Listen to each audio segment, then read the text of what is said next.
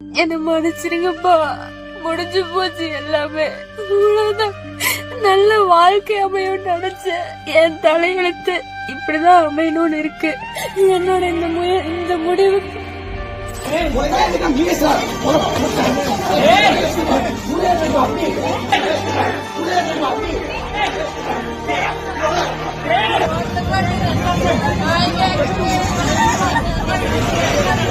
கல்யாணமான புது பெண்ணுக்கு நடந்த கொடூரம் தாங்காமல் திருமணமான 78 நாளில் உயிரை நீத்துக் கொண்ட அதிர்ச்சி.